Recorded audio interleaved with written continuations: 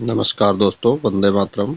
मेरे प्रिय विद्यार्थियों व मेरे प्यारे अध्यापक बंधुओं, आज इस वीडियो में उपस्थित हूँ तुलसीदास जी का जीवन परिचय विस्तृत रूप से लेकर के कि परीक्षा में जीवन परिचय किस तरह से लिखें कि विद्यार्थियों को अच्छे अंक प्राप्त हों। तो दोस्तों देखिए, जीवन परिचय लिखने के पहले हम सबसे ऊपर लिखेंगे जीवन परिचय, फिर नीचे नाम दर्शाएंगे गोस्वामी तुलसीदास, फिर उनका जन्म व मृत्यु की तिथि दर्शा देंगे। 1532 ईस्वी, 1623 ईस्वी ये जन्म की तिथि है और ये मृत्यु की तिथि है। फिर प्रस्तावना अर्थात भूमिका हम बनाएंगे। तो प्रस्तावना में लिखेंगे, गोस्वामी तुलसीदास भगवान श्री राम के अनन्य भक्त थे। इन्हें लोकनायक कहा गया है। इन्होंने अपनी रचनाओं में मानव जीवन के सभी उच्च आदर्शों का समावेश किया है। ये सगुण भक्ति शाखा के राम भक्त कवियों में श्रेष्ठ कवि माने गए हैं। आप सभी ने पढ़ा होगा, भक्ति काल को दो भागों में बांटा गया है, सगुण भक्ति और निर्गुण भक्ति। जिसमें सगुण भक्ति को दो भागों में बांटा गया है, कृष्णाश्रयी शाखा और राम भक्ति शाखा। तो ये राम भक्ति शाखा के श्रेष्ठ कवि माने गए हैं। दोस्तों इस तरह से प्रस्तावना दर्शाएंगे। फिर हेडिंग डालेंगे जन्म, इनका जन्म दिखाएंगे। जन्म लिखेंगे, तुलसीदास जी का जन्म 1532 ईस्वी भाद्रपद शुक्ल पक्ष एकादशी विक्रमी संवत 1589 को माना जाता है। ये जन्म के समय को लेकर विद्वानों में काफी मतभेद है। अभी तक जन्म का कोई सही प्रमाण प्राप्त नहीं हो पाया है। जन्म स्थान को लेकर के भी लोगों में काफी मतभेद है। तो जन्म स्थान हेडिंग डालेंगे। जिस तरह जन्म के समय को लेकर विद्वानों में मतभेद है, उसी तरह जन्म स्थान को लेकर भी कई विद्वान इनका जन्म स्थान उत्तर प्रदेश राज्य के चित्रकूट जिले के राजापुर गांव मानते हैं, परंतु कुछ विद्वान एटा जिला के सोरो नामक गांव को इनका जन्म मानते हैं। तो दोस्तों कंफ्यूज नहीं होना है। आप जन्म इनका 1532 विक्रमी संवत लिख सकते हैं, 1589 विक्रमी संवत लिख सकते हैं। शुक्ल पक्ष सप्तमी एकादशी जो भी है आप लिखेंगे सही माना जाएगा, क्योंकि जन्म के बारे में सही प्रमाण प्राप्त नहीं है। फिलहाल जो आपकी किताब में दर्शाया गया है उसे ही लिखेंगे। तो इस तरह से इनका जन्म स्थान चित्रकूट के जिले के राजापुर गांव व एटा जिले के सोरो नामक गांव को विद्वान मानते हैं। इनके जन्म को लेकर के एक दोहा प्रचलित है। इस दोहे को सही से याद कर लेंगे ताकि आपको जन्म याद होने में कोई दिक्कत ना हो। दोहा इस तरह से है, 1554 विषय कालिंदी के तीर, सावन शुक्ला सप्तमी तुलसी धर्यु शरीर। तो इस तरह से दोहा याद कर लेंगे। फिर हेडिंग डालेंगे इनके माता पिता। तुलसीदास जी के पिता का नाम आत्माराम दुबे तथा माता का नाम हुलसी था। इस तरह से माता पिता को याद कर लेंगे। फिर आगे देखते हैं। फिर दर्शाएंगे तुलसीदास जी के बचपन का नाम। तुलसीदास जी का बचपन। तुलसीदास का बचपन विपदाओं से भरा हुआ बीता। अभूत मूल नक्षत्र में पैदा होने के कारण इनके माता पिता ने इनका परित्याग कर दिया था, इसलिए इनका बचपन भिक्षा मांगकर गुजरा।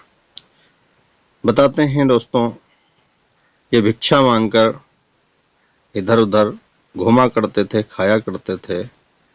माता दुर्गा इन्हें आकर के भोजन खिलाती थी। गांव के लोगों ने देखा कि इस लड़के को कोई भोजन भी नहीं देता है, परंतु यह बच्चा फिर भी दिन पर दिन हष्ट-पुष्ट होता चला जाता है। आखिर कारण क्या है?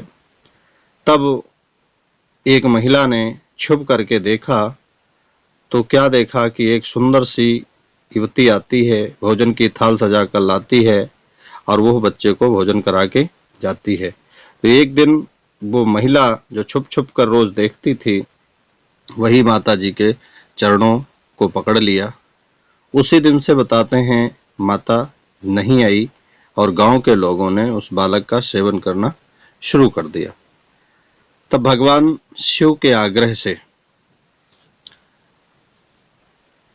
भगवान शिव ने निर्देशित किया बाबा नरहरि दास को कि एक बालक है जो भटक रहा है और उसके द्वारा आगे चलकर संसार के में बहुत ही उच्च कार्य होने वाला है, इसलिए उस बालक को लाइए और उसे अपना शिष्य बनाइए।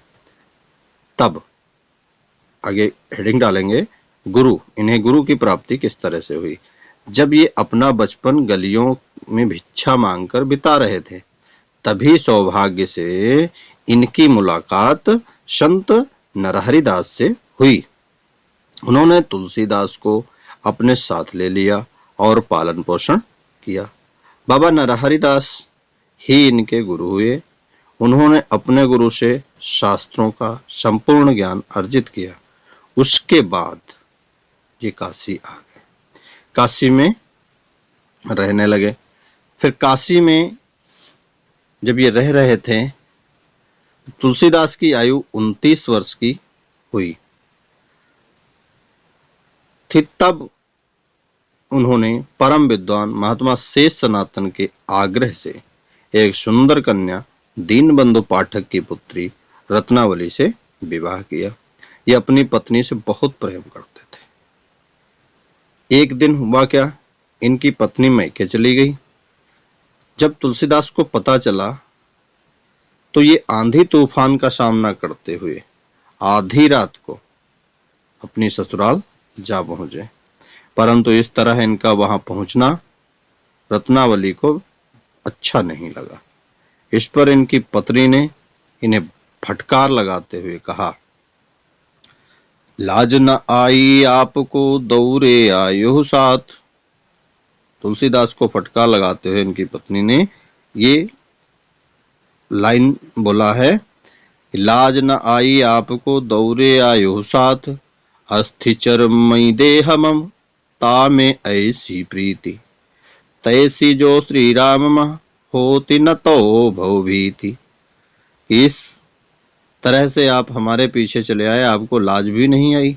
इस हांड मास के शरीर से इतना प्रेम करते हो, इतना प्रेम यदि भगवान श्री राम से करते तो आप भी तर जाते और हम भी तरते। तो इस तरह से जब फटकार सुनी तो पत्नी से फटकार भरे वचनों को सुन करके वो घर संसार छोड़कर बैरागी हो गए और भगवान श्री राम के पवित्र चरित्र का गान करने लगे। तभी काशी में रह करके इन्होंने श्री रामचरितमानस की रचना की। तो ये इस तरह से भगवान श्री राम के ये अनन्य भक्त हो गए, वैराग्य धारण कर लिया। तो देखिए रचनाएं। गोस्वामी तुलसीदास ने बहुत सी रचनाएं की, परंतु प्रामाणिक तौर पर 12 ग्रंथ ही माने जाते हैं, जिनमें रामचरितमानस प्रमुख ग्रंथ माना जाता है। इनकी मुख्य रचनाएं इस प्रकार हैं। रामचरितमानस नंबर 1, विनय पत्रिका, बारवई रामायण, रामायण नहछु, पार्वती मंगल, जानकी मंगल, रामाज्ञा प्रश्न, कृष्ण गीतावली, गीतावली, साहित्य रत्न, दोहावली, वैराग्य संदीपनी। यहाँ पे नहछु लिख देंगे, रामलला नहछु। तो इस तरह से इनके 12 ग्रंथ हैं।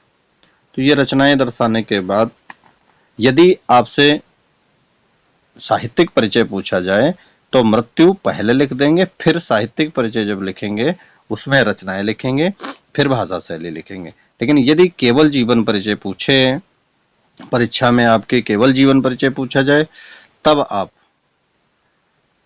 रचनाएं लिख करके मृत्यु लिख देंगे, बस आपका जीवन परिचय पूरा हो जाएगा। मृत्यु हेडिंग डालेंगे, मृत्यु हेडिंग डाल करके लिखेंगे तुलसीदास की मृत्यु सन 1623 ईस्वी काशी के अस्सी घाट पर हुई।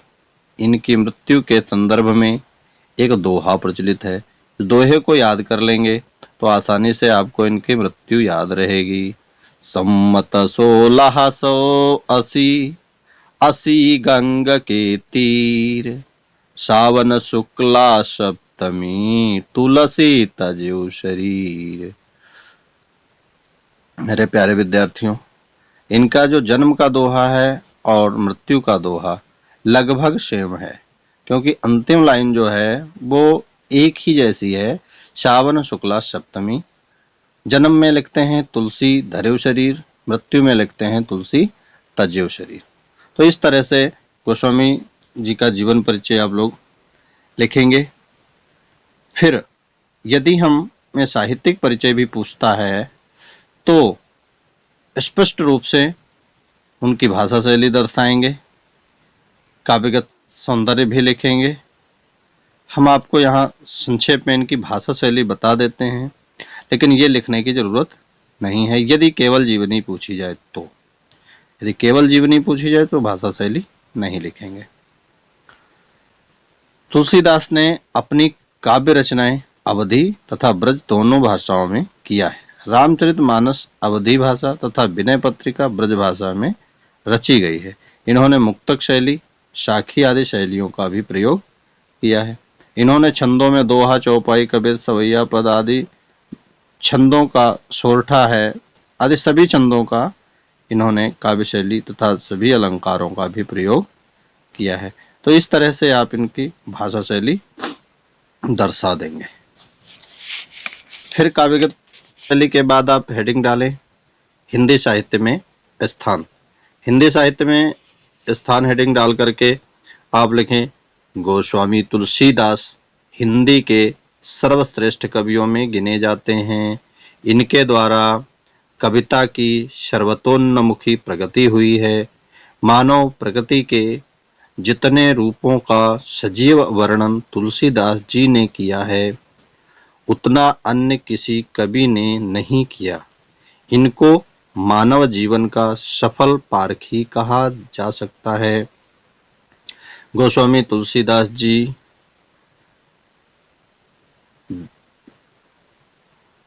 हिंदी के अमर कवि कहे गए हैं जो हमारे बीच युगों युगों तक विराजमान रहेंगे।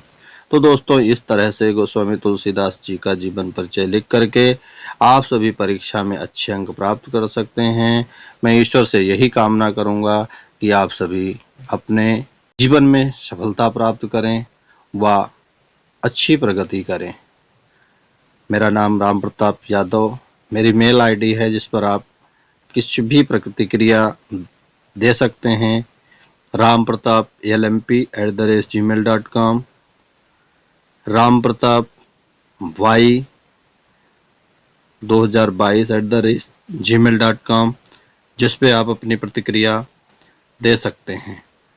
दोस्तों, संपर्क करने के लिए या व्हाट्सएप पर संपर्क करने के लिए आप इस नंबर पर संपर्क करेंगे 80 52 92 62 85। तो इन नंबर पे आप अपनी प्रतिक्रिया दे सकते हैं या जीवन परिचय से संबंधित आप पीडीएफ प्राप्त कर सकते हैं। पीडीएफ प्राप्त करने के लिए आप इस नंबर पर संपर्क करें व लिखें पीडीएफ प्राप्त करने के लिए मैं आपको पीडीएफ उपलब्ध करा दूंगा। जितने भी कवि हैं सभी का जीवन परिचय आपको मिलेगा। लगातार आप देखते रहिए Ram Pratap study centre. Video को लाइक करें, अपने दोस्तों के साथ शेयर करें। बस चैनल को यदि सब्सक्राइब नहीं किया है तो चैनल को अवश्य सब्सक्राइब करें। मिलते हैं अगले वीडियो में नई जीवनी के साथ। तब तक के लिए नमस्कार, टेक केयर।